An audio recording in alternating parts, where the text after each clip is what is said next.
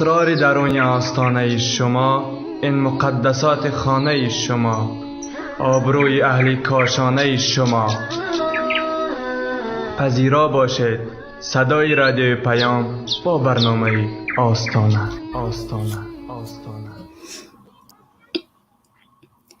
بسم الله الرحمن الرحیم. السلام علیکم و رحمت الله و برکاته و کل شنوندگان برنامه آستانه. اینک عزیزان، خیلی روزهای با شمار مانده است که عید قربان الکی در آستانه یکایک ما و شما باشد. امروز که 6 ذوالحجه می باشد، از روز دوشنبه دیگر روز عرفه است و روز سه‌شنبه انشاءالله عید قربان به درگاه هر یکی ما و شما می آیند. گروه این عید بزرگ را در کعبة الله در قلب مکه جشن می گیرند. آن هم با تکبیرات احرام و با لبیک اللهم و با الله اکبر، که البته خوش به حال نفرانی که این عید را در خود کعبه و یا در حج پیشواز می گیرند. عده باشد در وطن خود و عده باشد در مهاجرت، عده باشد آمیخته به خون و به جنگ و به طوفان‌های دیگر. به هر حال هم که باشیم، در کجایی که هم نباشیم، خواه در مسافرت، خواه در وطن خویش، خواه در آزادی، خواه در خود زندان و یا در هجرت و یا در آغوش عزیزان، این عید دیگر دارد به نزد ما می آید و هر یک کشور با خرسندی های خاص خود و یا خود با جشن گرفتن های خاص خود این عید را جشن می گیرند. عده هم هستند که این عید را به عزا تبدیل داده اند، مثل کشورهای پسا شوروی. عده از کودکان هم هستند که خود نمی خواهند اما عید آنها را عده از ناانصافان به یک عزا تبدیل دادند. البته که گذرانیدن این جشن در کشور ما سال تا سال دارد محدود می شود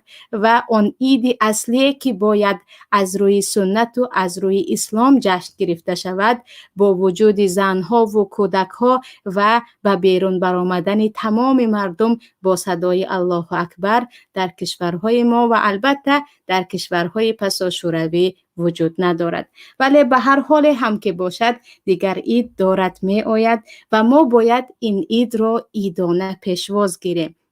و این عید را در حقیقت با خرسندی جشن گیریم، برای آنکه مسلمان ها فقط در ماتم و در سیاه پوشی نیستند. مسلمان ها دائم در نماز و در نیاز نیستند. در مسلمان ها نیز روزهای عید وجود دارد، روزهایی که در این روزها باید خرسندی کنند و بیاید نگاه میکنیم که پیامبر صلی الله علیه و سلم این عید را چگونه جشن میگرفتند و به ما چه ها توصیه کرده بودند. البته که خود بزرگی این عید که بزرگترین عید مسلمان ها علل اطلاق می باشد، در کشورهایی که مسلمان نشین هستند مثل سوریه و مصر و دیگر کشورهای عرب نشین، خیلی در آنجا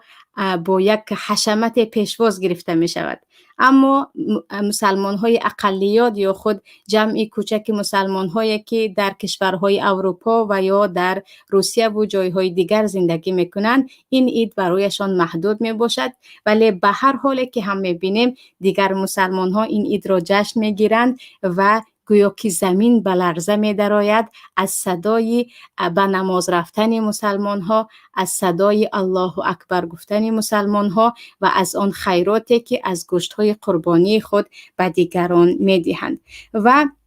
اگر به خود عید نگاه کنیم و به خود پیامبر صلی الله علیه و سلم و اصحاب پیامبر نگاه کنیم، این عید را چگونه جشن می گرفتند، البته که اولین شده این عید یا خود تجلای این عید در صدای الله اکبر، لا اله الا الله والله اکبر، الله اکبر ولله الحمد می باشد. برای آنکه چگونه که تمام ایدها، یعنی دو ایدی مشهوره که داریم یا دو ایدی که داریم، هر دویش هم با الله اکبر شروع می شود. وقتی الله در سوره بقره میگوید و اذکر الله فی ایام معدودات، تمام علما اتفاق هستند که این روزهای با شماره که الله میگوید الله را در این روزها زیاد یاد کنید، این روز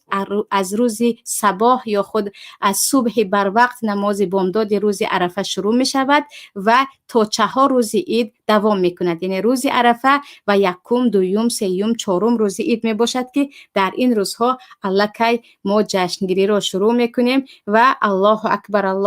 لا اله الا الله والله اکبر الله اکبر ولله الحمد گویان در پس از هر یک نماز و حتی در هر یک دقیقه، در وقتی به نماز رفتن، در وقتی برگشتن، در هر لحظه باید مسلمان و هر یک نفری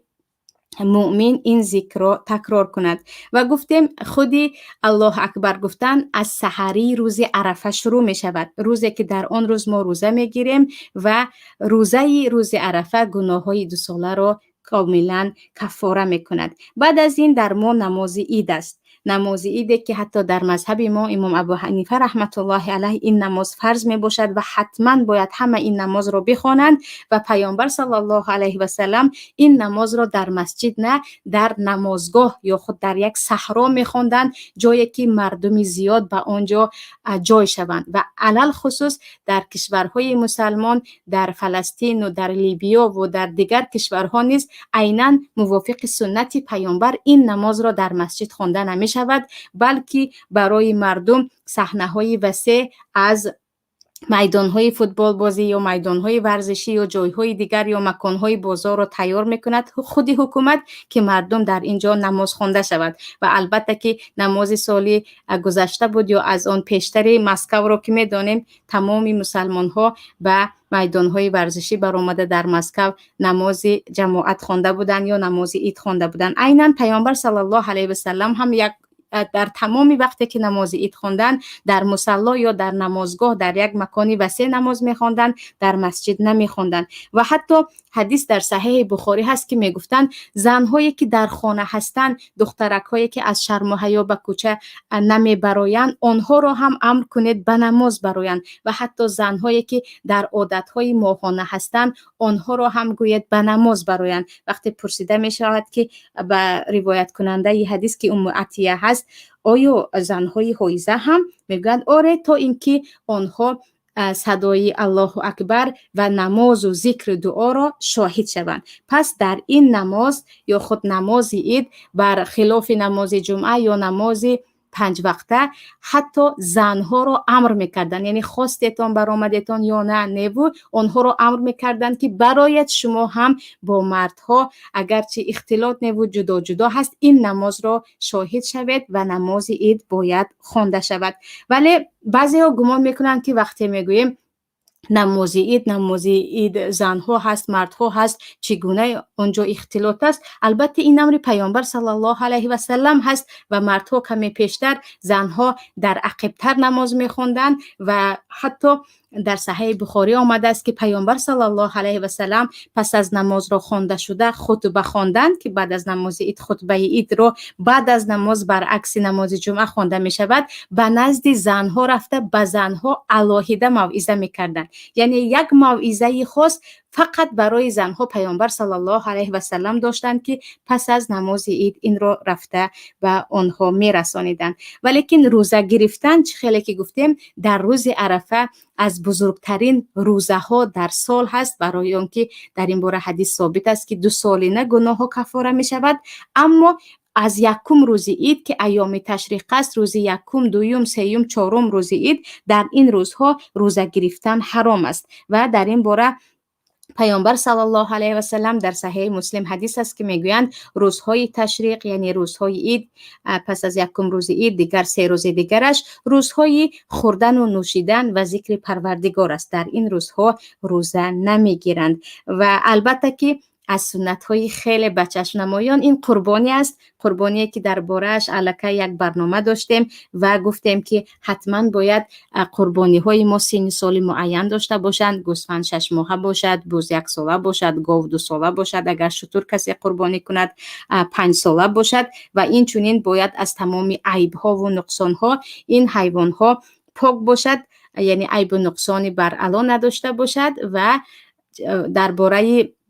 وقتش حتما باید پس از نماز عید کشته شود. یعنی هر کسی که پیش از نماز عید میکشد یا یک روز پیش قربانی میکند و قربانی نه و گوشتی عادی می باشد. و در وقتی به نماز برآمدن گفتیم به این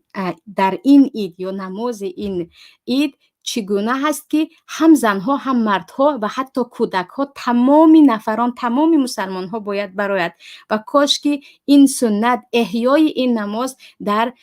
تاجیکستان ما هم میشد که زنها را از مسجد رفتن باز ماندند، کودکان را از مسجد رفتن باز ماندند و تالارهایی که در آنجا رقص و بازی و چی لغو و چی بیهودگویی ها می شود زنها قطار قطار می روند و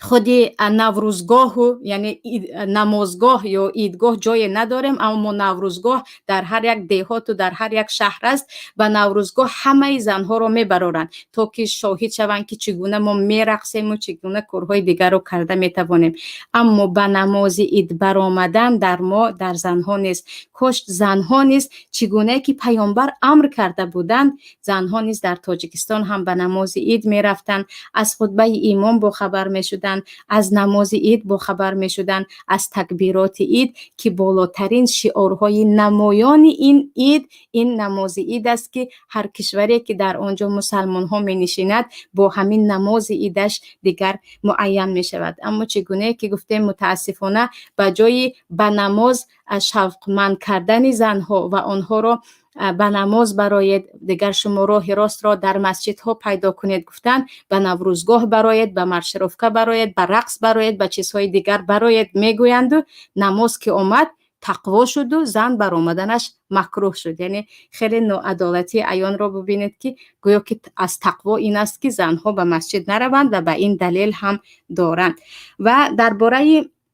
وقتی گفتیم زن و مرد می شود و انشالله که خواهرانی که در مسافرت یا مهاجرت هستند می توانند به نمازگاه روند همراه شوهر همراه فرزندان خود که حتی در روسیه هم با کودک ها و زنها و در اوکراین و در دیگر کشورهای اروپایی که عموما کشور مسلمانی نیست در اونجا اجازه شده است که زنها به نماز روند، لیکن شرط و شروطش این است که با زینت آشکار بر علا به نماز رفتن برای زنها حرام است، اما مردها با بهترین لباس خود با عطر و با غسل پیش از آن باید روند. چگونه که پیامبر صلی الله علیه و سلم لباس خاص برای نماز جمعه داشتند و برای نماز عید حتی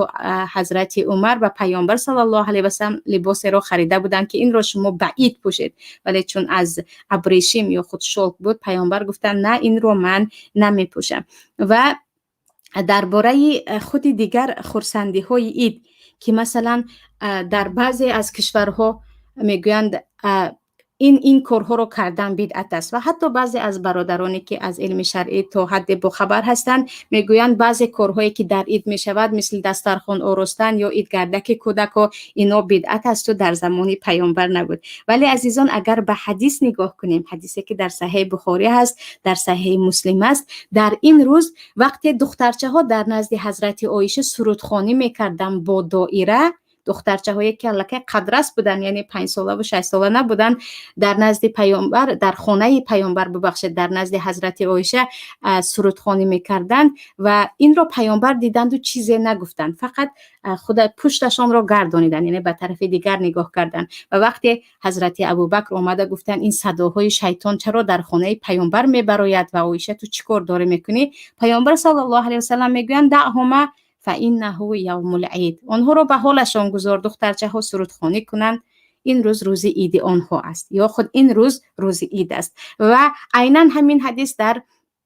حدیث درباره خرسندی در روز عید در صحیح بخاری هست که حضرت عایشه میگویند مردمی حبشه عادت داشتند که در روزهای عید بعضی نمودهای ورزش را کنند که اصلا رقص نیست و نمود ورزش است، با سپر خود و در مسجد با همین بازی و با بعضی از سرودها مشغول شوند. من این را شنیده به پیامبر گفتم که من هم دیدن میخواهم. پیامبر صلی الله علیه و سلم مرا برداشتند تا از تیرزه خانه آنها را تماشا کنم. سپس وقتی حضرت عمر خواستند آنها را از مسجد رانند که چرا در مسجد شما بازی میکنید، چرا در مسجد شما به این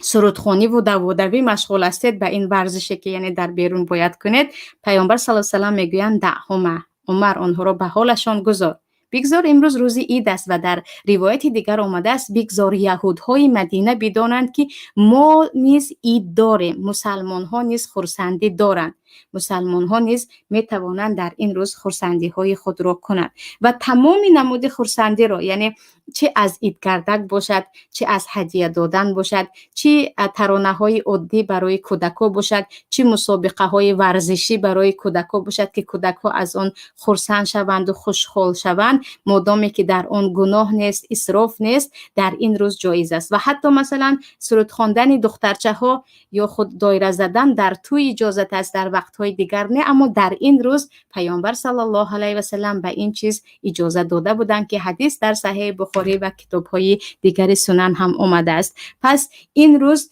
باید مسلمان ها کل خوشحالی خود را کنند. هر چیزی که کودکان را خوشحال میکند، هر چیزی که بزرگان را خوشحال میکند، از پوشیدن لباس نو باشد، از هدیه دادن باشد، از مهمانی رفتن باشد، از شیرینی پختن باشد و علل خصوص بعد از قربانی کردن به خانه مهمان صدا کردن و همراه خویش و تبار نشستن باشد، همه این خرسندی ها در این روز سنت است و پیامبر صلی الله علیه و سلم اجازه دادگی هستند و نباید این عید را به ماتم تبدیل دهیم که گویا که در این روز ارواح ها همشان امیدوار می شوند، در این روز همه ارواح ها به خانه ها می آیند، در قبر آنها پریشان هستند، نماز عید را نخوانده اول باید به قبرستان رفت، در این روز باید زیاد در خانه قرآن خوانده شود. عزیزان، قرآن همیشه در خانه ما باشد، اما این روز را یعنی روز عید را مخصوصی عزاداری کردن، مخصوصی به قبرستان رفتن کردن، مخصوصی یاد گذشتگان میتان قبرستان کردن، این هم یکی از خنجرهای دشمن است که توانست به مسلمان ها آن را زند و مسلمان ها را یک عقیده غلط را در فکرشان جای کند که این روز خرسندی نکنید، این روز روز قبرستان است، روز گریه هست. و حتی در دهاتی که در طرف شمال وجود دارد، در تاجیکستان، در این روز کلی خانه هایی که میت های 1000 ساله هم داشته باشند، ببخشید، آنها دسترخوان عیدانه عزاداری آماده میکنن، یعنی در آنجا خرسندی دعوی کردن کودکان جایز نیست، در آنجا انتظار هستند که کسی آمده فاتحه خواند، یعنی ارواح ها گویا انتظار هستند. البته در طرف جنوب هرچی هم باشد این عید رو خیلی با شکوه پیشواز می گرفتن. بعد از آن که دیگر مقیاس دسترخوان را چین کردن شروع شد یا اینکه از این دسترخوان تا آن دسترخوان زیاد نشود، یعنی حکومت به همین عید هم توانست از زهر خود را چاشد که دید که این یکی از شعارهای بر علیه اسلام است. لیکن تا این حال خیلی که خبردار هستم خیلی طرف جنوب با یک شکوهت و خرسندی این را جشن می گرفتند، برعکس بعضی از مناطق دوردست یا دهات دوردست تاجیکستان که این عید را به یک عزا تبدیل دادن. علل خصوص اگر همین سال نفر از یک عائله وفات کرده باشد، کلی آن عائله در خانه میت رفته، البته شوربا هم میخورن لیکن فقط با فاتحه خوانی و عزاداری مشغولن. اما وقتی پیامبر صلی الله علیه و سلم به مدینه می آیند و میبینند که آنها روزهای عید دارند، میگویند به جای این روز 2 روز عید دیگر را برای شما الله نصیب گردانید، یکی عید فطر، عید رمضان، دیگر عید اضحی که همین عید قربان است. خرسندی هایتان را از بازی و از چیزهای دیگر در همین عید کنید، نه در دیگر عیدها که خلاف همین سنت در جای ما هست و خلاف این است که اکثریت کودک ها وقتی از عید قربان و از عید رمضان میشنوند اونقدر تصورات ندارن، اما اگر سال نو گفتیم یا خود نوروز گفتیم با آنها شروع می شود فکرهای پدرکه گرفتن بابای برفین و فکرهای نوروز و سملک و چیزهای دیگر. یعنی دو عید مسلمان های ما را تماما نابود کردند و آوردند به یک عزاداری. اما درباره چه خیلی که گفتیم آیا می تواند کودک ها در اینجا عید گردک کنند یا هدیه به کودک ها دهیم یا دسترخوان های خوش رو آماده کنیم، اگرچه در خانه امان یک نفر 1 ماه پیش یا 2 ماه پیش یا 1 سال پیش وفات کرد. البته که درباره عزاداری گفته بودیم که از 3 روز زیاد عزاداری وجود ندارد مگر برای زنی که شوهرش وفات است 4 ماه و 10 روز است. دیگران می توانند این عید را جشن گیرند و نباید کسی از خرسندی این عید محروم شود، علل خصوص کودکان مظلوم تاجیکستان که از اکثریت چیزها محروم هستند. از دوری پدر شروع کرده که اکثریت پدر در مهاجرت است، تا از مکتب‌های بهترین که حال مکتب‌های تاجیکستان را می‌دانیم، تا از به مسجد رفتن و در مسجد قرآن خواندن و در مسجد نماز خواندن و چیزهای دیگر. حداقل با همین عید اضحی یا خود با همین عید قربان و کودک ها آموزانیم که مسلمان ها عید دارند و این جشن خاص مسلمان ها هست و تمام خرسندی را می توانند در این عید کنند. و البته که این عید تهنیت خود را هم دارد، تهنیتی که صحابگان پیامبر صلی الله علیه و سلم به یکدیگر می گفتند تقبل الله منا و منکم، پروردگار از ما و شما قبول کند، برای آنکه تا رسیدن این عید چه نفرانی که حاجی هستند چه نفرانی که بیرون از حج هستند با عبادت ها مشغول می شوند. عبادت های دهه ذوالحجه، عبادت روز عرفه، دیگر روز عید که آمد به هم دیگر تهنیت میکنند که پروردگار از ما و از شما این عید را عملهای صالحی کرده امان را قبول کند. ولی عزیزان چگونه که گفتیم مشکلی در آن است که از این عید خاطرات اکثریت یا عزاداری هست یا اینکه چیزهای دیگر. و حتی بعضی از عائله های هم چنین هستند که مثلا درباره اگر عید فطر و عید اضحی گپ زدید، اگر گفتید خانه ها رو آرایش دهید برای کودک ها خرسندی شود و فضای خانه رو فضای عیدانه کنید، چگونه که مثلا در تولد عیسی یا در سال نو آنقدر مسیحیان خانه های خود رو با آرایش زیبا میکنند، اینها رو هم میتوانید برای کودکان خود کنید. یعنی کودک بداند که او را انتظار است یک جشن بزرگ، آن هم عید قربان، و این را دیده و سال از سال خرسند می شود، یک عقیده سالم در قلب او جا می شود. برعکس اینکه نفرانی که 1 ماه پیش 2 ماه پیش لباس خرید میکنند با جشنهایی که عموما با دین ما رابطه ندارد و عموما آن را پیامبر صلی الله علیه و سلم جشن گرفته نبودند. پس عزیزان در هر کجا که هم باشیم، خواه در کشور هستیم، خواه در مهاجرت هستیم، خواه در جای هستیم که به جز عائله خودمان نفری نیست، بیایید این عید را جشن گیریم با امیدی که آینده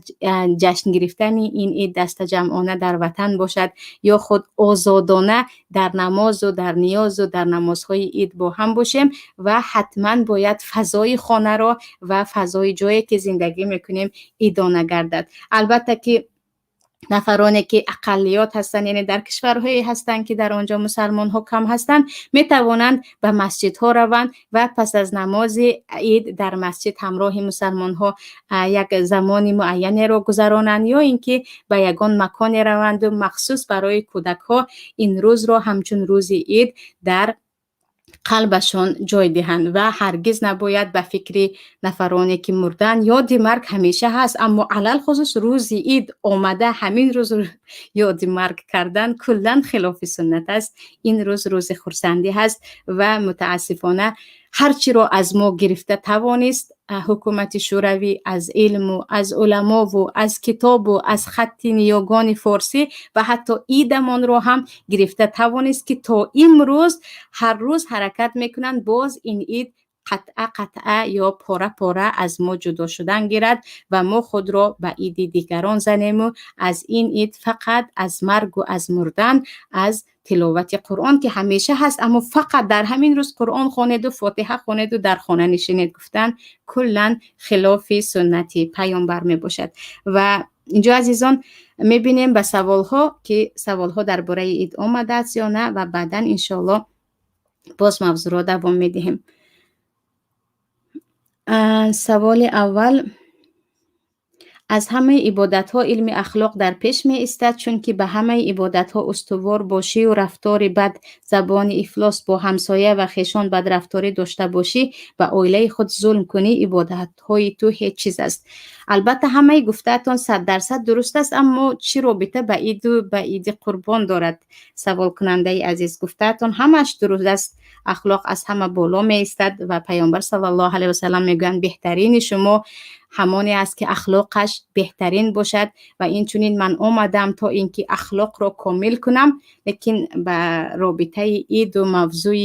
عید قربان چی رابطه دارد؟ راستی گپ نفهمیدم.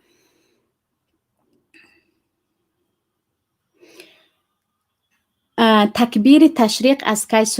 شروع می شود؟ پس بیاید نگاه کنیم به سوال هایی که به موضوع رابطه دارند و سوال هایی که به موضوع هیچ ارتباط ندارند به آنها نگاه نمی کنیم. در نزد جمهور علما تکبیر تشریق را از صبح نماز عرفه شروع می کنند. ببخشید، از نماز بامداد روز عرفه شروع می کنند. ان شاء الله روز دوشنبه وقت به نماز بامداد خستیم، از همان روز دیگر از همان وقت تکبیر تشریق شروع می شود که لفظش هم الله اکبر، الله اکبر، لا اله الا الله و الله اکبر، الله اکبر ولله الحمد می باشد. و بعضی از علما الله اکبر و کبیرا و الحمد لله کثیرا و سبحان الله و الحمد لله بکرتا و اصیلا این رو هم همراه میکنن. مهم از روز عرفه، از روز دوشنبه صبح الکی شروع کنید به تکبیر گفتن و کاش با آوازهای بلند میشد، ولیکن اگر در کشورهای هستید که با آواز بلند گفتید مشکلی میشود، البته در این وقت با آواز پس، ولیکن مدام باید تا همان چهارم روز عید تکبیر در زبان ما علل خصوص پس از نمازهای 5 وقته در زبانهای ما باشد. عید قربان 4 روز است. موافق حدیث پیامبر صلی الله علیه و سلم عید قربان 4 روز می باشد. ایام تشریق 3 روزه که هست آن هم به عید قربان داخل می شود و یکم روز رو عید مثلا روز نحر می گوییم، روز قربانی کردن، و 3 روز دیگر که برای همین در نزد علما و در مذهب خودمان هم کسی که روز یکم قربانی کرده نتوانست روز دوم هم میتواند، دومی عید، سومی عید هم میتواند، چهارمی عید هم میتواند قربانی کند. همین قربانی کردن چی معنا داره؟ شرط است که یک حیوان بیچاره را سر بزنی. در شریعت ما در اسلام وقتی که الله چیزی را گفت و ما گفتیم سمعنا و اطعنا، انا این معنایش عبادت می باشد و هر حیوانی که الله آن را برای ما ذبح کنید گفت این را حیوان بیچاره است، چرا این را گفتی، چرا آن را گفتی، گفته نمی شود، برای اینکه خودی دین یعنی اسلام معنایش تسلیم شدن و پروردگار است. و من یطیع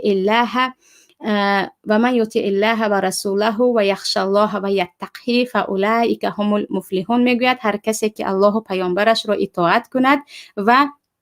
خودی از الله بترسد و تقوا را پیشه گیرد، انا این نفرها نفرانی هستند که نجات یافتگانند. البته هر چیزی که در روی زمین است پروردگار برای بنده هایش آفریده است و بنده ها را برای عبادت خودش و این حیوان ها را نیز برای ما آفریده است که برعکس اون که حیوان عذاب کشد و شکرگزاران به قربانی می رود که در راه الله ما آن را قربانی می کنیم. گوشت قربانی را چگونه تقسیم میکنن؟ اگر قربانی را تقسیم نکنی خودت به اهل خانواده خوردی چی میشود؟ درباره گوشت قربانی در موضوع پیشتره هم گفته بودیم که موافق حدیث پیامبر که البته این مستحب است، کلو و دخرو و اطعمو، با همین معنا حدیث آمدگی است، قسمش را بخورید، قسمش را ذخیره کنید، قسمش را به کمبغلان بدید. حتما در قربانی هر یک نفر یک مقدارش حقی کمبغلان باشد و اینجا اگر همش را خودتان خوردید البته که خلاف سنت پیامبر است و من 100% گناهگار شدید نمیگم، لیکن خلاف سنت است. برای همین اگرچه عائلتان کلان باشد هم یک مقدار کمش باشد هم بگذار در آن حقی کمبغلان وجود داشته باشد که این سنت پیامبر صلی الله علیه و سلم است. در شبکه های ما فقط عید کدو، صده، نوروز، سال نو باشد از عید مسلمان ها تنقید میکنند. البته که خیلی که گفتم آخرین پارچه های ایمان ما یا دین ما را که در همین عید دیده میشد دوران به آن هم دست میزدن. حج بود به حج دست زدن، سطر بود به سطر دست زدن، مدرسه ها بود یا درس ها در مسجد بود به آن دست زدن. اکنون دیگر نوبت عید مون که دسترخوان عید را دارند چین میکنند و کارهای دیگر. الله مستعان. سوال دیگر: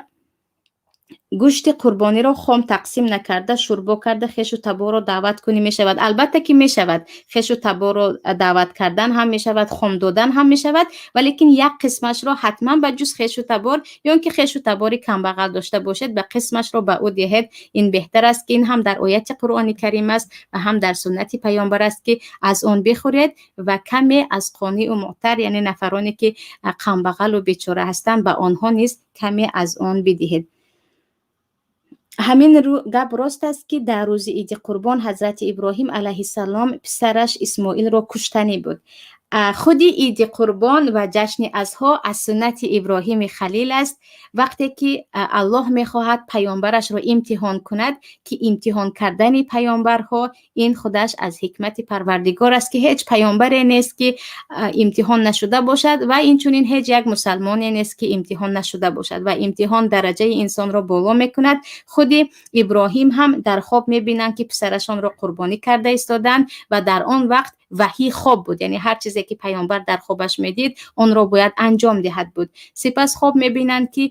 پسرشان اسماعیل را قربانی کرده ایستادند و وقتی به اسماعیل میگویند هر چیزی که پروردگارت گفته است آن را بکن. سپس وقتی هر دو تسلیم به امر پروردگار میشوند و میگویند وقتی الله تو این را خواستی من این را انجام میدهم، پروردگار میگوید این امتحان برای تو بود، قد صدقت رؤیا، تو خوابی که دیدی آن را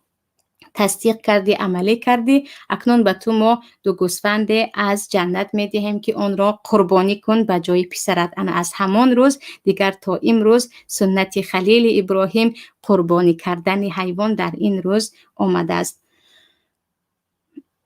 در مهاجرت 250 کیلومتر از مسجد دور کار و زندگی میکنم و من آیا واجب است که نماز عید بروم؟ البته که اگر شما خیلی در مسافه دور زندگی میکنید برای شما واجب نیست که نماز عید روید، ولیکن چگونه که حضرت انس ابن مالک دورتر از شهر زندگی میکردن اما با همراه فرزندان خود نماز عید رو میخواندن، در این وقت دست جمعانه با نفرانی که شناس هستید حتی در حولی یا در خانه خود هم میتوانید نماز عید رو خوانید. برای همین این سنتی که از صحابگان است. نفرانی که به مسجد رفته نمیتوانند، در صحرا هستند، در چت هستند، رفته به مسجد به جماعت همراه شده نمیتوانند، نماز عید را تنها خودشان یا با یگان نفرانی که در اطراف هستند با آنها یا با اهل عائله خود انجام میدهند. سوال دیگر: من یک مخلص شما از شهر انگرین ازبکستان هستم. همه برنامه‌تان را از رادیو پیام گوش میکنم. برنامه هر روز دوشنبه به من خیلی معقول است. الله از شما راضی باشد. عیدتان مبارک باشد. الله از شما هم راضی باشد و عید برای تمامی شنوندگان به تمامی مردم مسلمان الهی مبارک باشد. سوال دیگر: آیا گوشت قربانی را به همسایه‌های غیر مسلمان هم دهیم جایز است؟ به هر حال هوس میکنند. در این باره اثر از صحابه ها علل خصوص عبدالله ابن عمر آورده بودیم که عبدالله ابن عمر وقتی قربانی میکردند به همسایه یهودی خود از آن گوشت میدادند و در این باره در کتاب‌های آثار صحابه ها یافته میتوانید و پیامبر صلی الله علیه و سلم نیز وقتی یهودی زن پیامبر را به طعام دعوت میکند پیامبر میروند و در آنجا طعام میخورند و وقتی کودک یهودی بیمار میشود پیامبر صلی الله علیه و سلم به عیادت او میروند و در آنجا او را به اسلام دعوت میکنند. برعکس فطری روزه، زکات فطر که در صدقه فطر که بعد از رمضان میدهیم یا زکات فریضه که حتما باید به مسلمان داده شود، از گوشت قربانی شما میتوانید به همسایه های غیر مسلمان خود هم دهید. شاید که این سبب دعوت آنها شود، شاید که آنها نیز از دین خوششان آید و یک سبب به تعلیف قلوب آنها یعنی قلب آنها به اسلام نرم شود که در اکثریت کشورها حتی در مصر که تا 10 میلیون مسیحی هست، مسیحی نیز انتظار عید قربان میشوند، با خرسندی مسلمان ها شریک میشوند که در این روز به همدیگر گوشت میدهند و همدیگر را تبریک میکنند. برای کودکان اترکسیون تشکیل کنیم ثواب می شود یا نه؟ البته که ثواب می شود، علل خصوص در کشورهای مهاجرت این رو کنید، یعنی یک جای رو ایدگاه برای کودکان تشکیل شود، کودکای بیچاره غریب مهاجر که آنقدر زیاد شده ایستادند، روز از روز، ماه از ماه کودکای مهاجر تاجیک که در سوریه که میگوییم جنگ است، در افغانستان نوتنجه هست، در فلسطین مشکلی هست، اما وقتی میگیم تاجیکانی ما کودکانی ما مهاجر هستند، البته که خود کودک هم اول شده میپرسد که گناهی من چی است که من مهاجرم، یا خود دیگران کشورهای میزبان هم میپرسند که سبب چی است که این کودک مهاجر است. کودک مهاجر تاجیک روز از روز زیاد است و روز از روز تعدادش زیاد شده ایستاده است. البته که از اینکه از وطن دور است، اکثریت از بابا و از بیبی دور است، میتوانید برای آنها بخچه بازیچه یا یک مکان رو مخصوص در روز عید برای کودکان تشکیل کنید که هر خرسندی که به قلب یک کودک در اومد برابر این به کرات اجر میگیرید. علل خصوص در این ایام المعدودات، روز یکم عید، روز دوم، سوم، چهارم عید، علل خصوص یکم دوم عید بهترین روزهای سال در کل دنیا هست. در این باره پیامبر صلی الله علیه و سلم میگویند افضل الایام یوم العید، ببخشید، یعنی بهترین روزهای عید این روز عید است، یوم النحر و یوم القر، با همین آمدگی روز عید و روز استقرار شدن در مینا است که در این روزها البته که خیلی خیلی کودک‌ها هم خرسند میشوند و فضای عید برای آنها آماده میشود و سال دیگر هم انتظار عید اضحی میشوند. سوال دیگر، در روسیه چه خیلی جشن گیریم عید رو از خویش و نزدیکان دور مو؟ البته که در روسیه هستید، گروه در کشور دیگر هستند و چه خیلی که گفته مهاجر تاجیک در همه جا هست و زیاد است. خواه و ناخواه در آنجا گروه از مسلمان ها رو پیدا میکنید، یا در مسجد نزدیکی خانه‌تان یا در اطراف با مسلمان ها، حداقل به عائله هایی که مسلمان هستند البته با خریدن یک تحفه های کوچک همراه شوید، یا حداقل کسی در اینجا نیست با تلفن میتوانید با عزیزان صحبت کنید، اما این روز را عیدانه گذرانید، هرگز با غم و غصه با تنهایی نه، برای آنکه شاید از وسوسه شیطان باشد، شاید از خود نفس آدمیزاد باشد و بنده هم همین چیز را تجربه کرده هستم. هر وقتی که روز عید می آید گویا که تنهایی زیادتر می شود، گویا که